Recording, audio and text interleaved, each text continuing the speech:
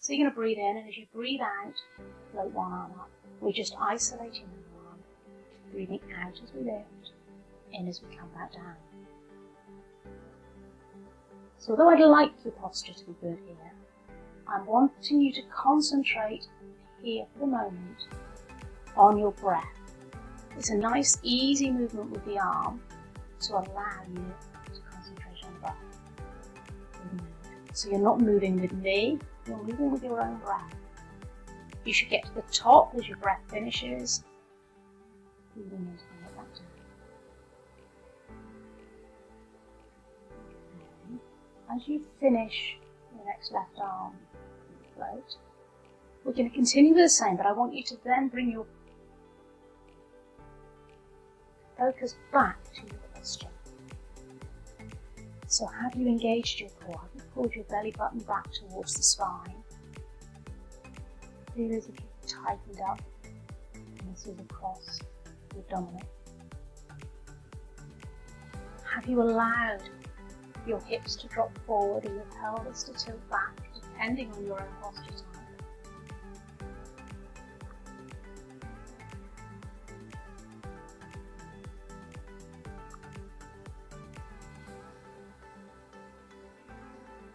Change it this time with one arm up, and the other arm up to join it.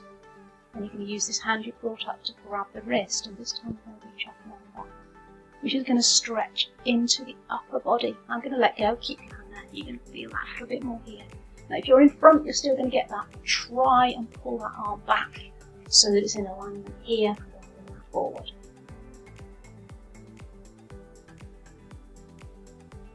Now, I'm not too worried with this one, whether you keep your hips in alignment or whether you push them out to the side. Listen to your body, do what feels good for you. So one arm up, bring the other up and grab the wrist and reach over. So you've got that position there. Or if you push the hip out, it's going to extend the stretch. So you do what feels best for you. Longer term, you might want to switch to pushing the hip out. Comes down, changing sides. From the hand to grab, reach and stretch. So again, think of being between two panes of glass. You're not allowing your body to move forward, and you're going to think about your posture through that. So breathing in, breathing out, breathing in, breathing out. So we're going to do one more each side. Breathing out, breathing in, breathing out. Last one, left side, breathing in, breathing out, breathing in, breathing out. Little fingers forward, toes back. Now, we're trying to open up across the chest here. What I often find I tend to do is I lift my chest when I do this. So really be aware of that when you're doing this work, that you keep from doing that. So it's keeping that posture back, stretch across the chest. We're trying to open up, upper chest, across the shoulders. This is also going to help your posture because you're opening up through the shoulders. But if you keep that chest down, you're going to open up through the chest. Now let's change the position and take it down and hold. Coming forward and up and taking it down and open out and back. And circle the shoulders. A little bit of rotation side to side. Again, whether you're seated or standing,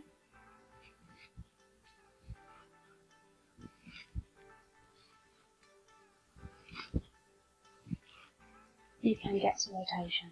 So having let the hips go if you're standing, I'm going to now ask you to do that again. We're going to bend my knees slightly. So I've just bend my knees slightly so that I can get my pelvis tucked under.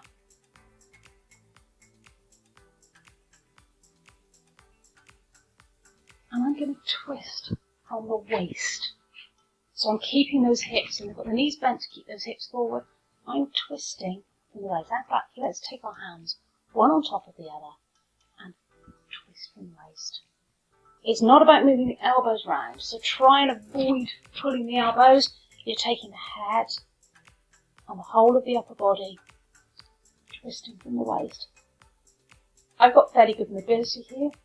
You might find you're nowhere near as mobile. You might find you're only moving a small amount to each side. That's fine. Opening up through.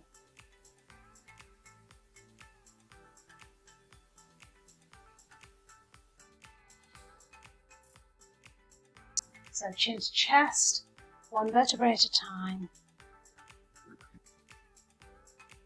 Rolling down. As you breathe out, rolling in as you return back up. Again, be aware of your posture. Think of where your feet are when you do this. Try and avoid sticking your bottom out. Roll down. As low as is comfortable.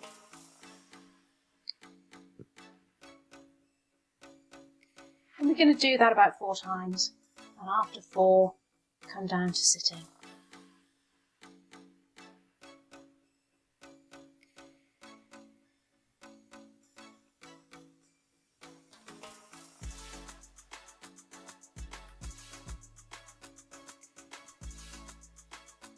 Let's come down to the floor. I've got a block with a towel on top. A cushion will do fine. Anything to support the head. Your head's going to be on the front of the block. Bring your knees forward, as if you were sitting in a chair.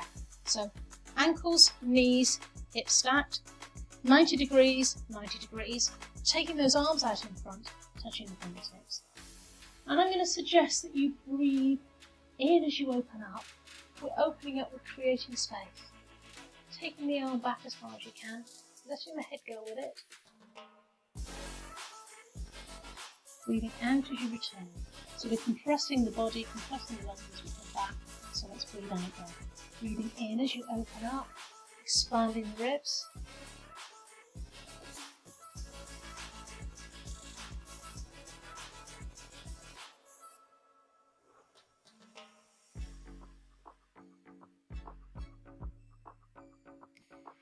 Now, anyone with osteoporosis might wish to allow their knees to move.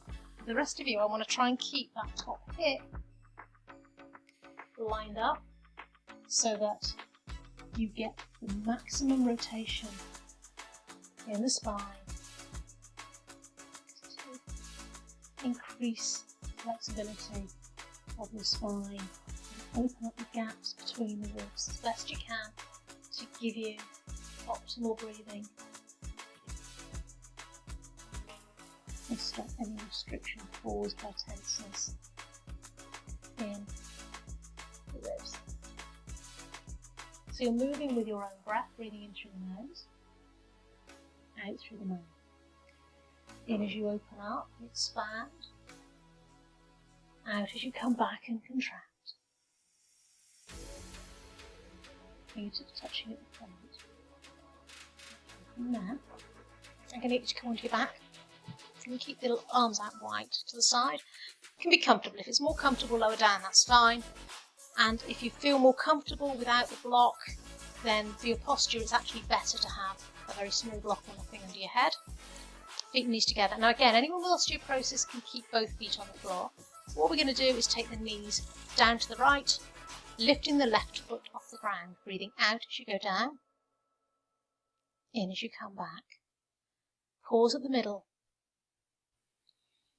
breathing out.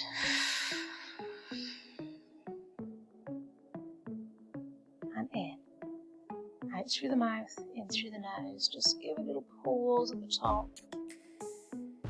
Lifting the top foot off.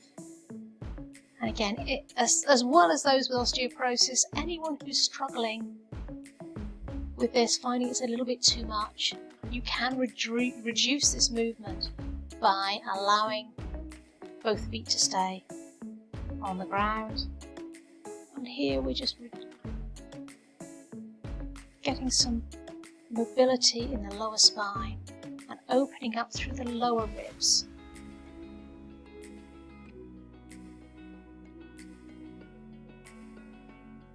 From there, we're going to go on to the other side. So you have a choice. You can either turn away from me, or my preferred version is that you change your head to the other side of the mat so that you can see what is happening. Again, your block needs to be towards the back of your mat. Your knees are coming forward as if you're sitting in a chair, fingertips touching. Your head's on the front of the block, fingertips touching, knees stacked, hips stacked. You're going to open up. Again, trying to keep the knees together. Think about opening up through the chest. And I'm having to adapt here slightly because on this side I'm actually touching the wall, which is why I asked you to move away. If I did that, you wouldn't see me at all. Fingertips touching as you come back. Breathing in as you open up. Breathing out as you come back. Letting that head go with you. Trying to keep the knees together. And just getting the amount of rotation you can through the spine and opening up the ribcage.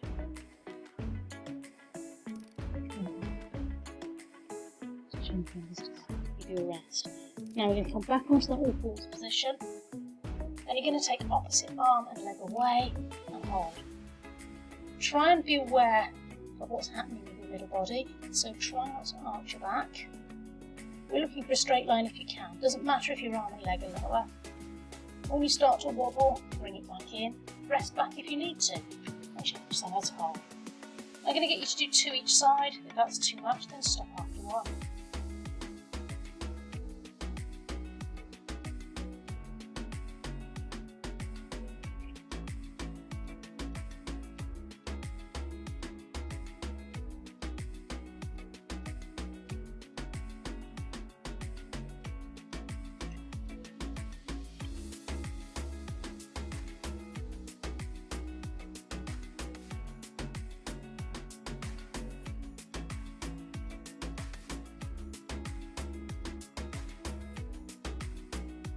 And just stretch back into child's pose. Just get a stretch through the lower back, through the ribcage.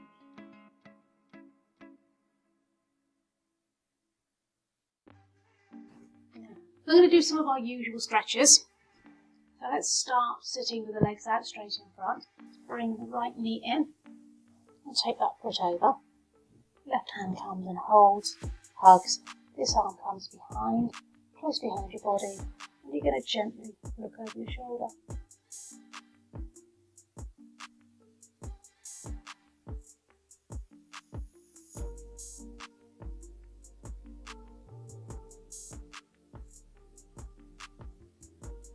Coming back the other way, bringing the elbow on the inside. And either drop your hand down or you can pick it up. And look over the other shoulder.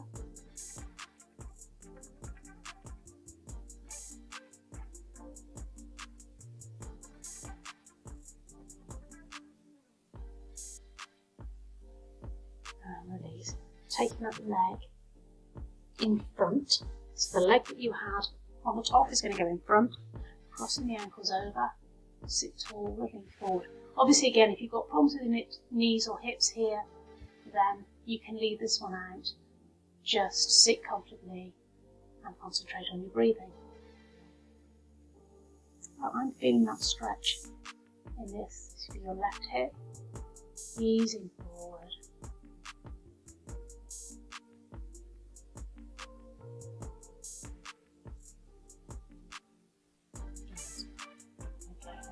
Legs,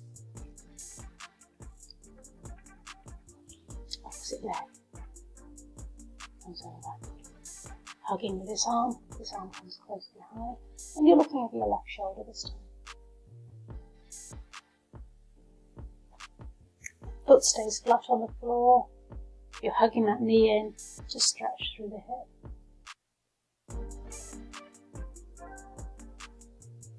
And then we'll come back the other way.